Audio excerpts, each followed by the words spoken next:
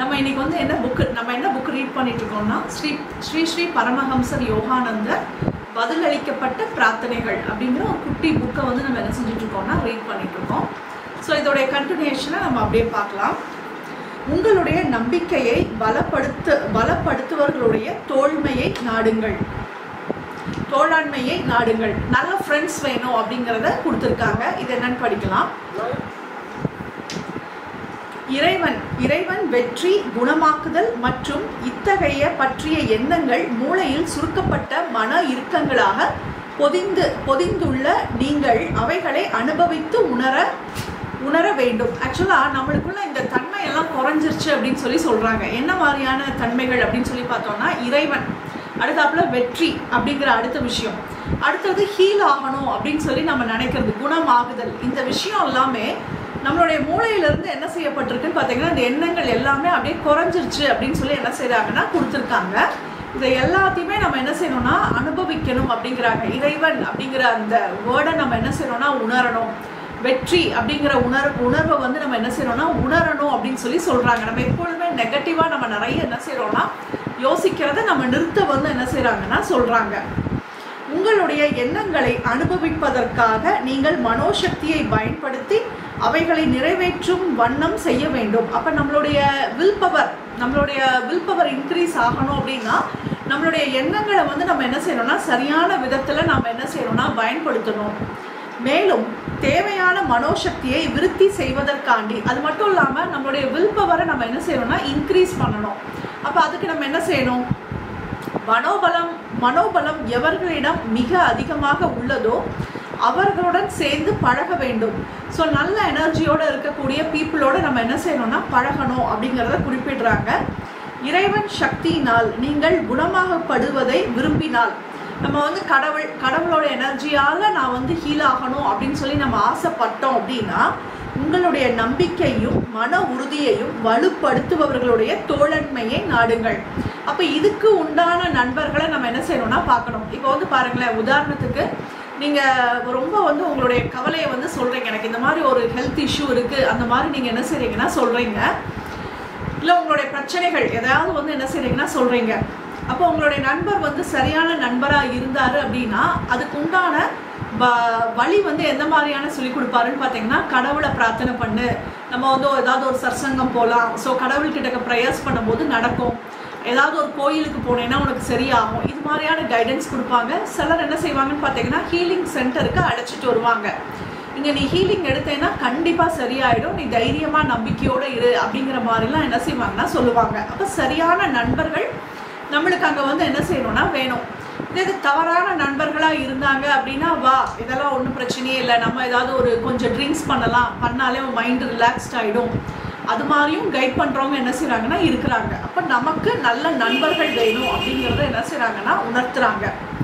இறைவன் அறிந்த ஒருவரை காணும் முயற்சியில் நான் இந்தியா முழுவதும் பிரயாணம் செய்தேன். இப்போ யோகானந்தர் வந்து பார்த்தீங்கன்னா அவர் வந்து இறைவனை பார்த்த ஒரு குரு வேணும் அப்படின்னு சொல்லிட்டு அவர் என்ன செஞ்சிருக்காருன்னா டிராவல் வந்து பண்ணியிருக்காரு. இத்தகைய மகா ஆத்மாக்கள் மிகவும் அபூர்வம். நான் சந்தித்த எல்லா குருமார்களும் என்னிடம் தங்களுடைய நம்பிக்கையை பற்றி கூறினார்கள். அப்போ இந்த மாதிரியான குருமார்கள் வந்து ரொம்ப ரொம்ப சிரமம். அவங்க எல்லாருமே யோகானந்தர் முதல்ல ஆரம்ப கட்டத்தில் இந்த சந்திச்ச நிறைய குருமார்கள் வந்து எப்படி இருந்தாங்க அப்படின்னு சொல்லி பார்த்தோம் அப்படின்னா அவங்களோட எக்ஸ்பீரியன்ஸை வந்து என்ன செய்யலைன்னா ஷேர் பண்ணலை, அவங்களுடைய நம்பிக்கைகளை தான் என்ன செஞ்சாங்கன்னா அவர்கிட்ட ஷேர் பண்ணதான் அவர் என்ன செய்யறாருன்னா குறிப்பிடுறாரு. ஆனால் ஆன்மீக வடிவங்களில் இறைவனை பற்றி வெறும் வார்த்தைகளால் கேட்டு திருப்தி அடையக்கூடாது. ஆனால் அவர் யோகானந்தர் என்ன நினைக்கிறாருன்னு பார்த்தீங்கன்னா சும்மா வேர்டிங்ஸால இறைவன் அப்படி இப்படி அந்த மாதிரியான வேர்டிங்ஸால என்ன செய்யக்கூடாதுன்னா கேட்கக்கூடாது, அதை நம்ம அனுபவத்தில் அவர் உணரணும் அப்படின்னு சொல்லி அவர் என்ன செஞ்சிருக்காருன்னா நிறைய முயற்சி வந்து என்ன செஞ்சிருக்காருன்னா பண்ணியிருக்காரு என்பதில் நான் மிகவும் தீர்மானமாக இருந்தேன். நான் இறைவனை நேரடி அனுபவம் பெற விரும்பினேன். எது எனக்கு கூறப்பட்டதோ அதை நான் அனுபவித்தால் ஒழிய அது எனக்கு அர்த்தமற்றதாக இருக்கும். அப்போ இறைவனை பற்றி சொல்லக்கூடிய அந்த விஷயம், அந்த எக்ஸ்பீரியன்ஸ் தனக்கு வேணும், தனக்கு அது நடக்கணும் அப்படின்னு சொல்லி அவர் நிறைய ஹார்ட் ஒர்க் வந்து என்ன செஞ்சாருன்னா நிறைய பண்ணார். ஒரு முறை நான் தரகராக இருக்கும் எனது நண்பருடன் இந்தியாவில் மகான்களை பற்றி பேசிக்கொண்டு இருந்தேன். அப்போ வந்து ஒரு டைம் வந்து அவருடைய ஃப்ரெண்டோட என்ன செஞ்சுட்டு இருக்காருன்னா பேசிட்டு இருக்காரு. அவர் ஃப்ரெண்டு வந்து பார்த்தீங்கன்னா ஒரு தரகரா என்ன செய்யறாருன்னா இருக்காரு.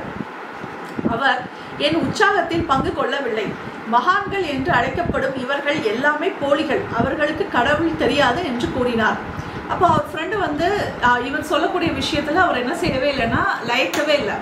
இந்த மகான்கள் எல்லாமே போலி அப்படின்னு சொல்லி என்ன செய்யறாருன்னா சொல்றாரு. இது நிறைய பேர் சொல்லுவாங்கல்ல, எல்லா சாமியார்களுமே போலி அப்படின்னு சொல்லி ஈஸியாக சொல்லுவாங்கல்ல, அது மாதிரி அவரும் என்ன செய்யறாருன்னா சொல்றாரு. நான் விவாதிக்கவில்லை, நான் பேச்சை மாற்றினேன். நாங்கள் ஒரு வியாபாரம் பற்றி பேச ஆரம்பித்தோம். தரகு வியாபாரத்தை பற்றி அவர் மிகவும்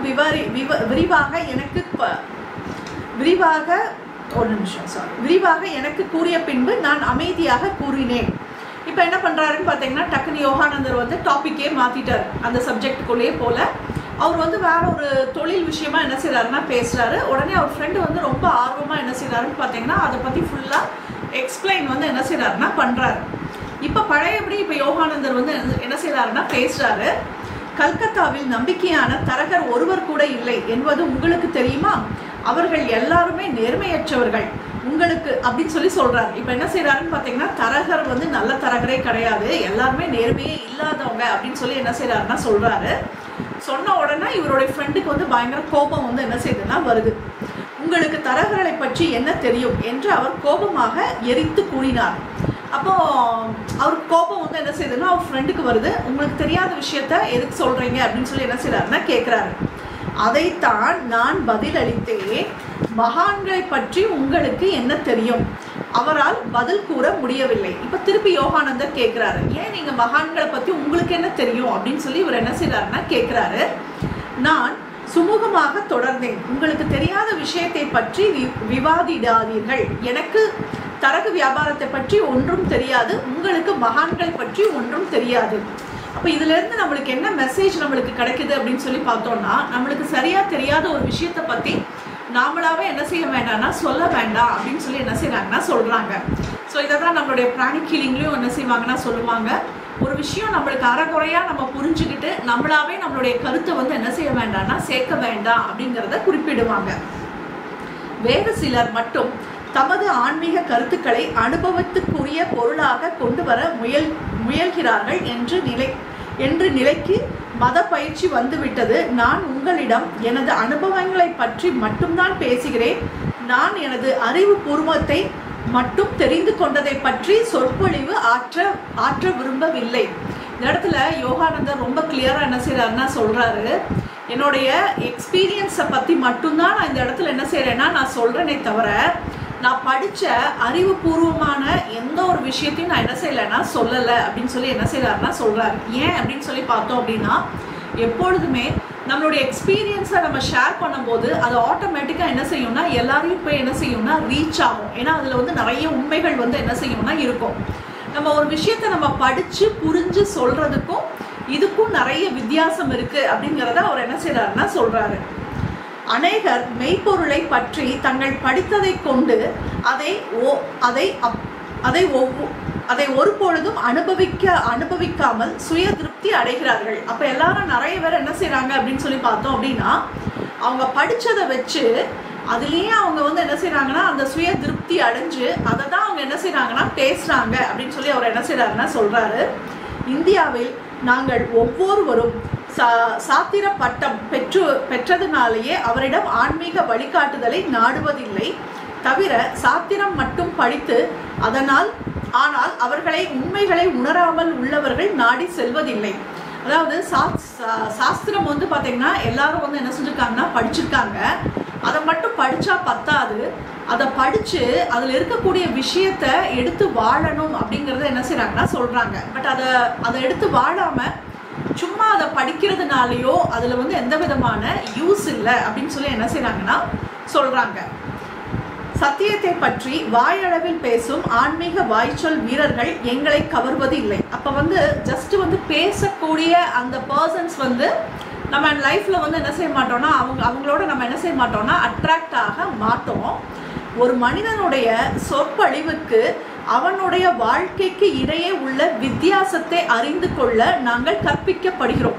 அப்போ வந்து பார்த்தீங்கன்னா யார் வந்து அந்த டீச்சிங்ஸை எடுத்து ஃபாலோ பண்ணுறாங்களோ அவங்களுடைய லைஃப்ல வந்து ஆட்டோமேட்டிக்கா சேஞ்சஸ் வந்து என்ன செய்ய முடியும்னா பார்க்க முடியும். இதை தான் மாஸ்டர் வந்து என்ன செய்வாங்கன்னா அழகா சொல்லுவாங்க. ஆன்மீகம் அப்படிங்கிறது வந்து பார்த்தீங்கன்னா ஜஸ்ட் ஒரு ½ an hour அப்படியே கண்ணை மூடி உட்காந்து மெடிடேஷன் பண்ணுறது வந்து ஆன்மீகம் கிடையாது. அது ஸ்பிரிச்சுவாலிட்டி இல்லை. 24 ஹவர்ஸும் அந்த ஸ்பிரிச்சுவல் ஆன்மீகமாக நம்ம வாழ்கிறோம் இல்லை, அதுதான் வந்து ஆன்மீகம் அப்படின்னு சொல்லுவாங்க. அப்போ நம்ம வந்து அந்த ஸ்பிரிச்சுவாலிட்டியை எடுத்து வாழ ஆரம்பித்தோம் அப்படின்னா ஆட்டோமேட்டிக்காக நம்மளுடைய லைஃப் வந்து என்ன ஆயிருக்கும்னு பார்த்தீங்கன்னா சேஞ்ச் ஆக ஆரம்பிக்கும். நம்மளுக்கு பேசிக் பிராணிக் ஹீலிங் கோர்ஸ்லேயே வந்து பார்த்தீங்கன்னா எல்லாத்தையுமே என்ன செய்வாங்கன்னா சொல்லி கொடுத்துருவாங்க. உங்களுக்கு வந்து self healing, law of karma teachings, twin heart meditation வந்து என்ன செய்வாங்கன்னா சொல்லுவாங்க, கேரக்டர் பில்டிங், இது எல்லாத்தையுமே நம்மளுக்கு கற்றுக் கொடுத்துருவாங்க. பட் வந்து நம்ம எல்லாமே படிக்கிறோம், படிச்சுட்டு அதை லைஃப்பில் எதுவுமே ப்ராக்டிஸ் பண்ணலை அப்படின்னா நம்மளுடைய லைஃப்பில் எந்த விதமான சேஞ்சஸையும் என்ன செய்ய முடியாதுன்னா பார்க்க முடியாது. பட் சம் பர்சன்ஸ் வந்து பார்த்தீங்கன்னா என்ன படித்தாங்களோ அதை உடனே வந்து பார்த்தீங்கன்னா லைஃப்பில் வந்து என்ன செய்வாங்கன்னா அப்ளை பண்ணுவாங்க. எங்கெங்கேருந்தெல்லாம் எனர்ஜி எடுக்கணும் அப்படிங்கிறத நம்ம ஃபஸ்ட் டே கிளாஸில் வந்து சொல்லி கொடுத்த அடுத்த நாளே வந்து பார்த்தீங்கன்னா அந்த சோர்ஸ் ஆஃப் பிளேசஸ்ல இருந்தெல்லாம் என்ன செஞ்சுருப்பாங்கன்னா அழகாக எனர்ஜி எடுத்துகிட்டு அடுத்த நாள் கிளாஸ்க்கு வந்து என்ன செய்வாங்கன்னா வருவாங்க. ஸோ அப்போ வந்து பார்த்தீங்கன்னா யாரெல்லாம் அதை ஃபாலோ பண்ணுறாங்களோ அவங்களுடைய லைஃப்பில் நிறைய சேஞ்சஸை வந்து என்ன செய்ய முடியும்னா பார்க்க முடியும். அதை தான் இங்கே என்ன செய்கிறாங்கன்னா கொடுத்துருக்காங்க. ஸோ எந்த ஒரு டீச்சிங்ஸாக இருந்தாலும் சரி நம்ம சும்மா தெரிஞ்சுக்கிறதுனால யூஸ் கிடையாது. அதை நம்ம ப்ராக்டிக்கலாக நம்ம என்ன செய்யணும்னா லைஃப்பில் அப்ளை பண்ணணும் அப்படிங்கிறத சொல்கிறாங்க. அவன் தான் படித்து அறிந்தவற்றை அனுபவமாக உணர்ந்துள்ளான் என்பதை நிரூபிக்க வேண்டும். அவன் என்ன படித்தானோ அதை வந்து அவன் என்ன செய்யணும்னா அதை அவன் லைஃப்பில் அப்ளை பண்ணணும் அப்படிங்கிறத கொடுத்துருக்காரு. இப்போ அடுத்தது பார்க்கலாம். சொர்க்கத்தில் உங்களுடைய இறுதியான வருகை உறுதிப்படுத்தி கொள்ளுங்கள். நீங்கள் உங்களுடைய ஆன்மீக நம்பிக்கைகளை அனுபவிக்க முயற்சிக்கும் பொழுது உங்களுடைய மற்றொரு உலகம் திறந்துவிட துவங்குகிறது. நம்ம எப்போ வந்து பார்த்தீங்கன்னா இந்த ஸ்பிரிச்சுவல் ப்ராக்டிஸை நாம் வந்து அனுபவிக்க ஆரம்பிக்கிறோமோ அப்போ நம்மளுக்கு வந்து பார்த்தீங்கன்னா நெக்ஸ்ட் வேர்ல்டு வந்து என்ன செய்யுதுன்னா அழகாக வந்து ஓப்பன் ஆகுது. நீங்கள் ஒரு மாதா கோவிலில் சேர்ந்து விட்டதனாலேயே நீங்கள் காப்பாற்றப்பட்டு விடுவீர்கள் என்று நம்பி பொய்யான பாதுகாப்பு உணர்வில் வாழாதீர்கள். நம்ம ஏதாவது ஒரு இடத்துக்குள்ளே போயிட்டோம், ஒரு இதில் சேர்ந்துட்டோம், ஸோ அதனால் நம்மளுடைய லைஃப் சேஞ்ச் ஆகிடும் அப்படின்னு சொல்லி என்ன செய்யாதீங்கன்னா நினைக்காதீங்க.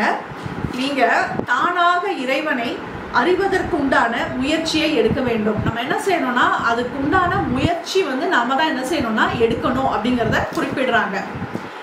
நீங்கள் தீவிர சமயப்பற்று உடையவர்கள் என்று உங்கள் மனம் திருப்தி உறலாம். நம்மளே நாம் என்ன செஞ்சுக்கலாம்னா சமாதானம் படுத்திக்கலாம்.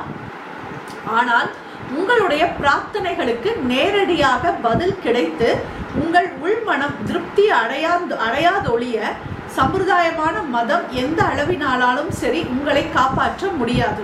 அதாவது நம்ம வந்து ப்ரேயர்ஸ் பண்ணணும் அப்படின்னா அந்த ப்ரேயர்ஸ் வந்து நம்ம லைஃப்பில் வந்து நடக்கணும் அப்படிங்கிறத என்ன செய்கிறாங்கன்னா சொல்கிறாங்க. நம்மளுடைய ப்ரேயர்ஸ் எதுவுமே நடக்கலை அப்படின்னா அப்போ நம்ம நிறைய என்ன செய்கிறோம்னா அதை கரெக்டாக பண்ணலை, ஏதோ ஒரு சில விஷயங்கள் நம்ம பண்ணுறோம் அப்படிங்கிறத இங்கே கொடுத்துருக்காங்க. இறைவனின் பதில் அளிக்காவிடில் அவனிடம் பிரார்த்தனை செய்வதனால் என்ன பலன்? அவனுடைய மறுமொழி கிடைப்பது கடினமாகுவது என்றாலும் அது முடியும் காரியம்தான். அதாவது அவர்கிட்ட வந்து ஆன்சர் கிடைக்கிறது கஷ்டமான விஷயம்னாலும் அது வந்து முடிகிற ஒரு விஷயம்தான் அப்படின்னு சொல்லி கொடுத்துருக்காரு. சொர்க்கத்தில் உங்களுடைய இறுதியான வருகையை உறுதிப்படுத்தி கொள்வதற்கு உங்களுடைய பிரார்த்தனை சக்தியை அவை பலனளிக்கும் வரை நீங்கள் சோதித்து பார்க்க வேண்டும். அதாவது இந்த ப்ரேயர்ஸ் வந்து கண்டிப்பாக நம்மளுக்கு நடக்கிறதுக்கு உண்டான விஷயங்களை நம்ம என்ன செய்யணும்னா பண்ணணும் அப்படிங்கிறத குறிப்பிடுறாங்க. நான் சிறு குழந்தையாக இருக்கையில் நான் பிரார்த்தனை செய்யும் போது என்னுடைய பிரார்த்தனைக்கு பதில் கிடைத்தாக வேண்டும் என்று எனது மனதில் தீர்மானித்து கொண்டேன். அத்தகைய தீர்மானம் சரியான வழியாகும். அப்போ யோகானந்தர் வந்து பார்த்தீங்கன்னா சின்ன குழந்தையிலிருந்தே கடவுள்கிட்ட ப்ரேயர்ஸ் பண்ணும்போது அது நடக்கணும் அப்படின்னு சொல்லி அவர் நினைக்கிறாரு. அது வந்து நடக்குது அப்படிங்கிறத அவர் என்ன செய்யறாருன்னா சொல்றாரு. அவரும் அவருடைய சிஸ்டரும் வந்து பார்த்தீங்கன்னா ஒரு டைம் வந்து மாடியில் வந்து என்ன செய்வாங்கன்னா இருப்பாங்க. இது வந்து யோகின் சுயசரித்திரம் யோகானந்தர் புக்கில் வந்து அவர் ஷேர் பண்ணியிருப்பாரு.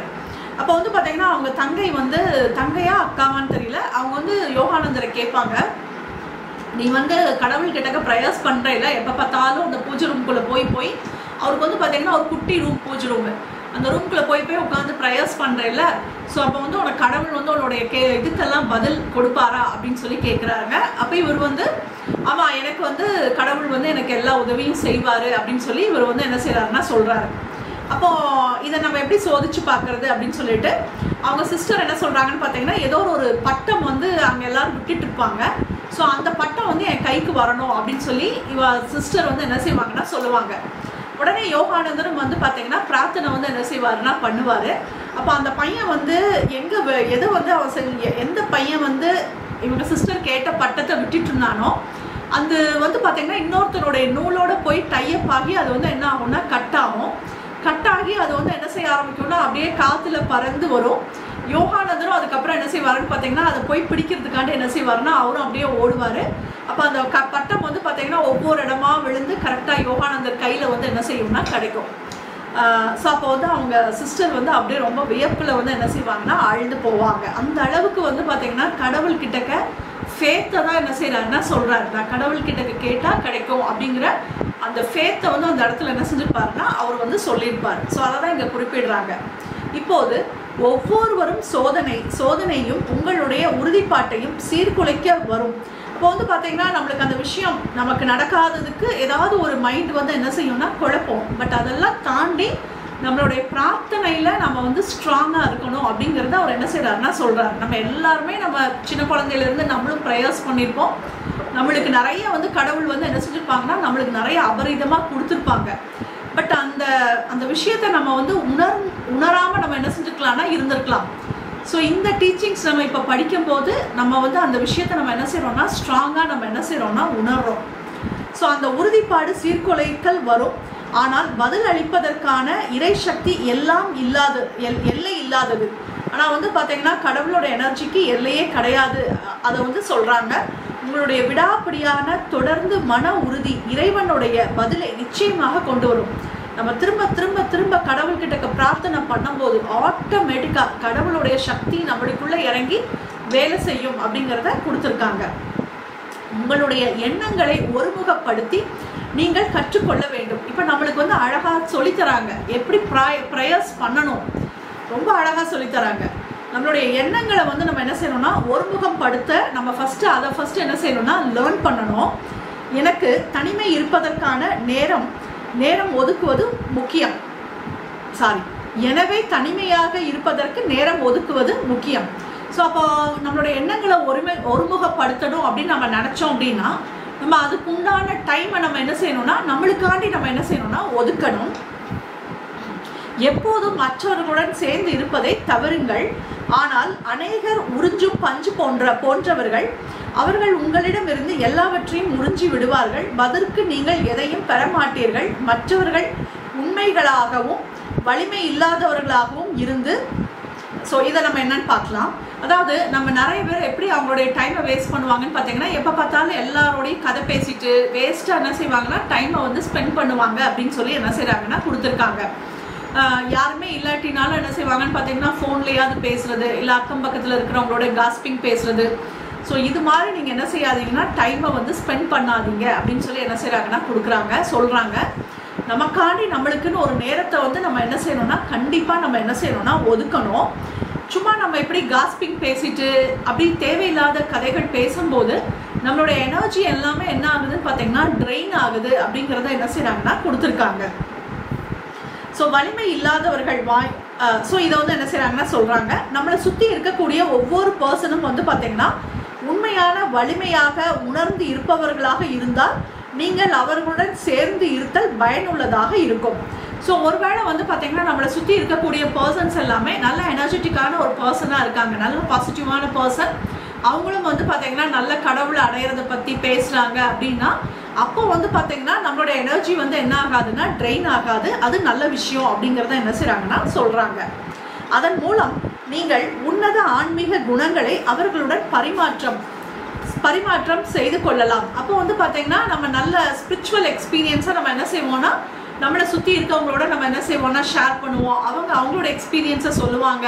அப்போ நம்ம ஆட்டோமேட்டிக்காக நம்ம என்ன செய்வோம்னா டெவலப் வந்து என்ன செய்வோம்னா ஆகும். நீங்கள் வெறுமனே உங்கள் நேரத்தை வீணாக்காதீர்கள். ஆனால் சும்மா கதை பேசி நம்மளுடைய டைமை வந்து என்ன செய்யாதீங்கன்னா வேஸ்ட் பண்ணாதீங்க. டிவி, வாட்ஸ்அப்பு, ஃபேஸ்புக் இதெல்லாம் பார்த்து நம்மளுடைய டைம் என்ன செய்யாதீங்கன்னா வேஸ்ட் பண்ணாதீங்க அப்படின்னு சொல்லி அவர் என்ன செய்கிறாருன்னா சொல்கிறாரு. மிக அநேகர் பயனற்ற செயல்களை தங்களை ஈடுபடுத்திக் கொள்கிறார்கள். அவர்களிடம் நீங்கள் என்ன செய்து கொண்டிருக்கிறீர்கள் என்று கேளுங்கள்.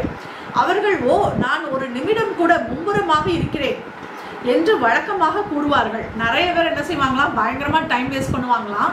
டைம் வேஸ்ட் பண்ணிவிட்டு அவங்க கிட்ட போய் நீங்கள் என்ன பண்ணிட்டு இருக்கீங்க அப்படின்னு சொல்லி கேட்டாங்கன்னா, ஐயோ நான் ரொம்ப பிஸிப்பா, எனக்கு சுத்தமாக டைமே இல்லை அப்படின்னு சொல்லி என்ன செஞ்சுக்குவாங்கன்னா சொல்லிக்குவாங்க அப்படிங்கிறத குறிப்பிடுறாரு.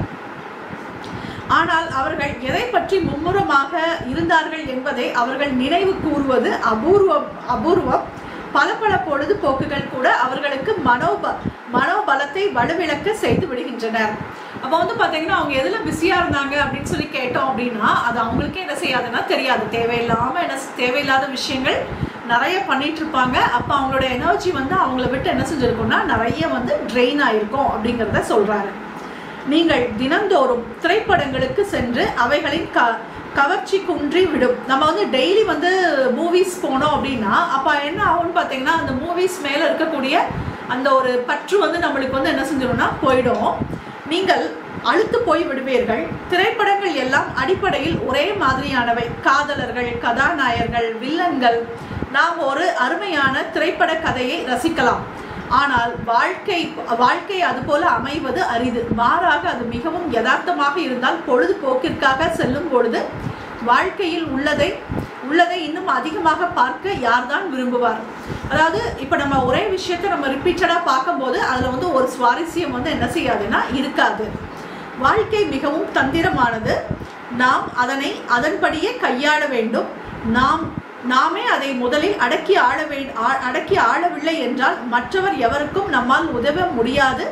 ஸோ நம்மளுடைய லைஃப்பை வந்து நம்மளுடைய கண்ட்ரோலில் என்ன செஞ்சுக்கணும்னா வச்சுக்கணும் அப்படின்னு சொல்லி என்ன செய்யறாருன்னா குறிப்பிடுறாரு. அதோடைய போக்கில் நம்ம என்ன செய்ய வேண்டாம்னா விட வேண்டாம் அப்படிங்கிறத குறிப்பிடுறாங்க. யதார்த்தத்தில் உதவ முடியாது. நம்மால் ஒருபோதும் அடுத்தவங்களுக்கு முடியாது. ஒரு முனைப்பட்ட எண்ணம் என்ற ஏகாதரன் நிலையில் எல்லா சாதனைகளிலும் உற்பத்தி இடம் மறைந்துள்ளது. ஸோ நம்மளுக்கிட்ட வந்து பார்த்தீங்கன்னா ஒரு முனைப்படக்கூடிய எண்ணம், அந்த எண்ணம் இருந்தால் மட்டும்தான் நம்மளால் என்ன செய்ய முடியும்னா சாதிக்க முடியும் அப்படிங்கிறத சொல்கிறாங்க.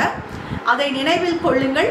அந்த உற்பத்தி நிலையத்தில் எதிர்த்து நிற்கும் இன்னல்களை வெற்றி கொள்வதற்கு உங்களுடைய மனோ உறுதியை வடிவமைப்பை தொடர்ந்து நெய்து பாருங்கள். அப்போ நம்மளுக்குள்ள வந்து பார்த்தீங்கன்னா அந்த டைமை வந்து என்ன செய்யணும்னா ஸ்பெண்ட் பண்ணணும். அதாவது நம்ம வந்து ஒருநிலைப்படணும் அப்படிங்கிறத என்ன செய்கிறாங்கன்னா சொல்கிறாங்க. அப்போ அதுக்கு நம்மளுக்கு என்ன வேணும்னு பார்த்தீங்கன்னா மனோசக்தி வேணும். அப்போ அந்த மனோசக்திக்கு உண்டான முயற்சியை என்ன செய்யுங்கன்னா பண்ணுங்க. அதை இன்க்ரீஸ் பண்ணுறதுக்கு உண்டான விஷயத்தை பண்ணுங்க. உங்களுடைய மன உறுதி தொடர்ந்து செயல்படுத்துங்கள். நீங்கள் நேரத்தை வீணாக்காமல் இருந்தால் இரவும் பகலும் அந்த உற்பத்தி நிலையத்தில் வேலை செய்வதற்கு உங்களுக்கு அநேக சந்தர்ப்பங்கள் கிடைக்கும். அப்போ நம்ம டைமை வேஸ்ட் பண்ணாமல் நம்ம இருந்தோம் அப்படின்னா நம்மளுக்கு என்ன வேணும் அப்படிங்கிற விஷயத்த நம்மளால் என்ன செய்ய முடியும்னா ஃபோக்கஸ்டாக நம்மளால் என்ன செய்ய முடியும்னா கவனிக்க முடியும். இரவில் இந்த உலகம் தேவைகளில் இருந்து விலகி கொண்டு நானாகவே இருந்து இந்த உலகத்தை முற்றிலுமாக அந்நியனாகிறேன். அப்போ நைட் டைமில் வந்து பார்த்தீங்கன்னா எல்லாரும் வந்து எப்படி இருக்காங்க அப்படின்னு சொல்லி பார்த்தீங்கன்னா ரொம்ப அமைதியாக என்ன செய்கிறாங்கன்னா இருக்கிறாங்க அப்படிங்கிறத சொல்கிறாரு. இது ஒரு வெற்றிடம். எனது மனோசக்தி மட்டும் இருந்து கொண்டு நான் குறிப்பாக எதை செய்ய விரும்புகிறேனோ அதை எப்படி செய்ய வேண்டும் என்று என் மனதில் நான் தீர்மானம் செய்யும் வரையில் எனது எண்ணங்களை விரும்பிய திசையில் திருப்புகிறேன். இப்போ நைட்டு தான் வந்து பார்த்தீங்கன்னா யோகானந்தர் வந்து என்ன செய்கிறாருன்னா ஒர்க் பண்ணுறேன் அப்படின்னு சொல்லி என்ன செய்கிறாருன்னா சொல்கிறாரு. அவருக்கு என்னென்ன விஷயங்கள் எல்லாம் பண்ணணும் அப்படின்னு சொல்லி நினைக்கிறாரோ அதை எல்லாத்தையும் என்ன செய்கிறாருன்னா மனதில் வந்து ஒன்று கூட்டி அதை எப்படி பண்ணணும் அப்படிங்கிற விஷயத்தை எல்லாத்தையுமே அவர் பண்ணுறேன் அப்படிங்கிறத அவர் என்ன செய்கிறாருன்னா அழகாக பண்ணுறாரு. பின்பு எனது மனோபாவத்தை சரியான காரியங்களுக்கு பிரயோகிக்கிறேன். அதுக்கப்புறம் அவருடைய வில் பவரை வந்து சரியான விஷயத்துக்காண்டி அவர் என்ன செய்கிறாருன்னா யூஸ் பண்ணுறாரு. இது எனக்கு வெற்றியை தருகிறது. இந்த முறையில் பல தடவைகள் எனது மனோசக்தியை பலனளிக்க வகையில் பயன்படுத்தி இருக்கிறேன்.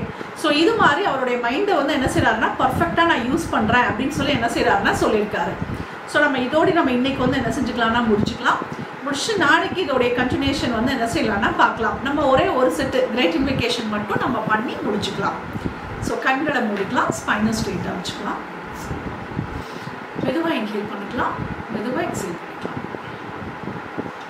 கையை பிளஸிங்ஸ் பொசிஷன் வச்சுக்கலாம்.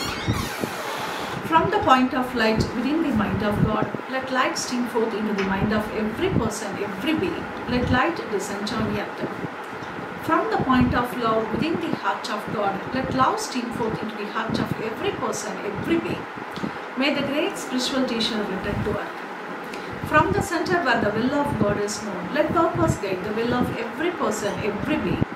The purpose which the Holy Master know and serve.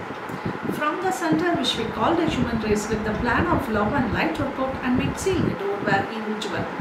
Let light, love and power restore the divine plan on earth, so be it, so be it, so be it. Nanju Prathanai.